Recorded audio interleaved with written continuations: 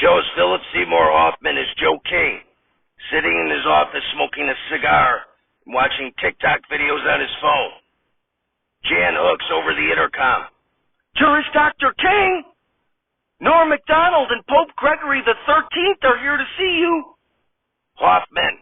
All right, send them in. Norm MacDonald and Pope Gregory the 13th enter the office and sit in chairs opposite Hoffman's desk. Hoffman. Hey, Normie, who's your friend? MacDonald. Why, Mr. King? Hoffman. It's Juris Dr. King. MacDonald. Right. Well, Juris Dr. King, my friend here is none other than Pope Gregory the 13th. Gregory nods at Hoffman. Hoffman. Okay, well, if you're looking for indulgences, fellas, I'm broke. MacDonald. No, that's not why we're here, you know. Hoffman. Well, then what's up, okay? Does Greg here want to host or something? MacDonald. Well, no. It's also not why we're here. Do you want to keep guessing? Or do you want me to just tell you? Hoffman. Why don't you just tell me, Normie?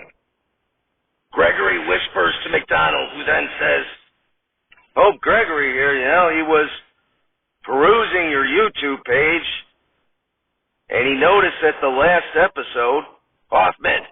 Oh, you mean SNotL 115, Saturday Night Alive 11, Respect for Dutch Sharks, hosted by Rodney Dangerfield? MacDonald.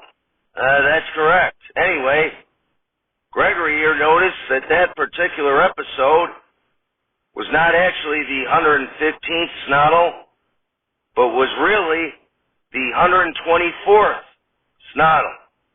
Hoffman. Well, actually, those 9 that you're thinking about are SNotL neutered, okay? They're not part of the canon. Okay, I was not involved with the show at the time. It was Origin's show, okay, so we don't include it. Gregory whispers to MacDonald, who then says, Gregory here makes the point that they still include on Saturday Night Live's canon the seasons in the early 80s where Lorne Michaels was not involved. Hoffman. That's actually a good point. Okay, so what are you suggesting? Gregory whispers to MacDonald, who then says, You're familiar with Gregory's contribution to the modern calendar, correct? Hoffman. Well, I guess so, but why don't you refresh my recollection? MacDonald. Well, you see, you know, before Gregory came along, the calendar was the Julian calendar, and they calculated the exact length of the days wrong. Hoffman. Hey, don't knock Caesar around here, okay? He's a dear friend. MacDonald. In any event, in 1582, Gregory fixed the calendar, and that's what he wants to do here. Hoffman. No way, Normie, okay? If we fix the SNotL canon, that would mean President Washington would have hosted the 109th episode of the show, okay? You know, the one where he shit all over the political parties, okay? And it seems apropos to keep him at the 100 spot. Gregory whispers to MacDonald, who then says, My papal friend here understands your concerns. You know, therefore he proposes that for purposes of the canon, that all the current numbers stay the same, meaning that the Dangerfield episode remains 115, and then the 9 SNotL neutered episodes would be 116 through 124. Hoffman leans back and thinks. Shows in a bubble over his head. Jan Hooks bending over to place files in a cabinet, and Hoffman leering at her. Hoffman. Okay, I have to tell you I agree. She's got a great ass. MacDonald. What? What are you talking about? Hoffman. I mean, what the hell, fine. If it means so much to your frickin' friend here, I don't see why not. We can do that, but holy shit. MacDonald. What? Hoffman. Well, that means that the next episode is episode 125. MacDonald. So what? promised Benjamin Franklin that he would host 125, and I have Rosa Parks up next. You know how she feels about being moved back. McDonald, I got it covered. McDonald takes out a phone, dials a number, and puts it on speaker. Over speaker, Rosa Parks says, "Hello?" McDonald, "Rosa, it's me, Norm McDonald." Parks, "I told you already, Mr. McDonald, I'm married." McDonald, No, that's not why I'm calling. You know how I booked you for the next SNotL episode, right? Parks, you mentioned something like that, but I couldn't make out what you were saying. You were quite intoxicated. McDonald, well, in any event, I'm here with Pope Gregory the 13th and Juris Dr. King. And after a little rap session here, we came to the conclusion that the next episode is actually the 125th, you know? And Juris Dr. King had previously promised that spot to Benjamin Franklin. So you don't mind if we bump you, do you? Parks, I don't care. McDonald, okay, great. So you're not going to compare it to when racists made you sit at the back of the bus, correct? Parks, I don't really care. I only agreed to host because you kept crying while you were drunk. McDonald, okay, very good. Thank you, Miss Parks. McDonald hangs up the phone and says, "Problem solved." Hoffman, okay, well that's great, but the cold open is almost over, and you haven't even booked Big Ben yet. McDonald, oh shit, you're right. I better get on that. McDonald gets up and runs out of the room. Hoffman looks at Pope Gregory and says, "So what's with all the whispering? Do you not talk?" Gregory gets up, walks towards Hoffman, and whispers in his ear.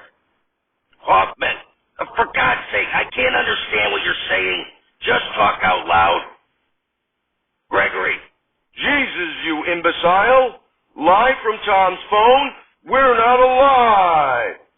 It's Saturday Night Live SNotL, starring an ever-evolving cast that is unionized and refuses to allow their names to be mentioned until their demands are met.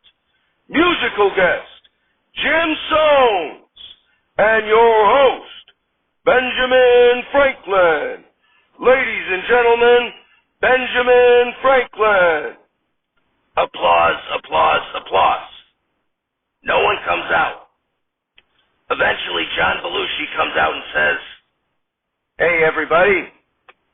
So Benjamin Franklin is our host, but our booker, Norm McDonald, was late in giving him the heads up. So we're just going to wait for him for a little bit. I'll take questions from the audience in the meantime." Chris Farley enthusiastically raises his hand in the audience. Belushi. Yes, the man-child making a scene in the third row. Farley. Mr. Belushi? Belushi. Yeah? Farley. You were in Animal House, right? Belushi. Yeah, that's right, I was. Applause, applause, applause. Farley. Well, animals live in barns. So why didn't you just call the movie Barn? Belushi. Next question. Phil Hartman raises his hand. Belushi. Yes, you in the fourth row. Hartman. You were in the movie Blues Brothers, right? Belushi. Yeah? Hartman. Well, you were neither blue nor a black man. So why were you called the Blues Brothers? Belushi. Because we sang the blues, and me and Elwood were brothers. Belushi's phone rings, and he answers. Belushi. Uh-huh. Okay. Very good. Belushi hangs up and says, "Okay, folks, He's here. Please give it up for our host, Benjamin Franklin. Applause, applause, applause. Norm Macdonald comes out dressed as Benjamin Franklin and says, "He that lies down with dogs shall rise up with fleas." Shows Gilda Radner in the audience, who raises her hand. Macdonald. "Yes, the slut in the fourth row." Radner. "Excuse me, did you just call me a slut?" Macdonald. "No, sweetie, you don't get it, you know. You no longer have to be ashamed of being a slut. It's okay. Your days of being shamed are over. Now, what's your question?" Radner. "Are you really Benjamin Franklin?" Macdonald. "Well, you see, the thing about that is..." Benjamin Franklin comes out. Applause, applause, applause. Macdonald sees Franklin and trips over and falls in embarrassment. Franklin. "It's better to slip with foot than tongue." Hello, my fellow Americans. It is indeed I, Benjamin Franklin, here on what is now the 125th episode of this program. Denitra Vance raises her hand in the audience. Franklin. "I was hoping to speak a little bit about my life, but apparently we have a question from the audience. Yes, young lady."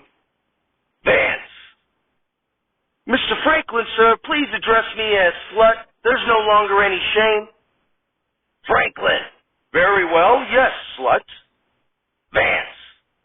"What was it like being the President of the United States?" Franklin. "Oh, Miss Slut, I was never President of the United States."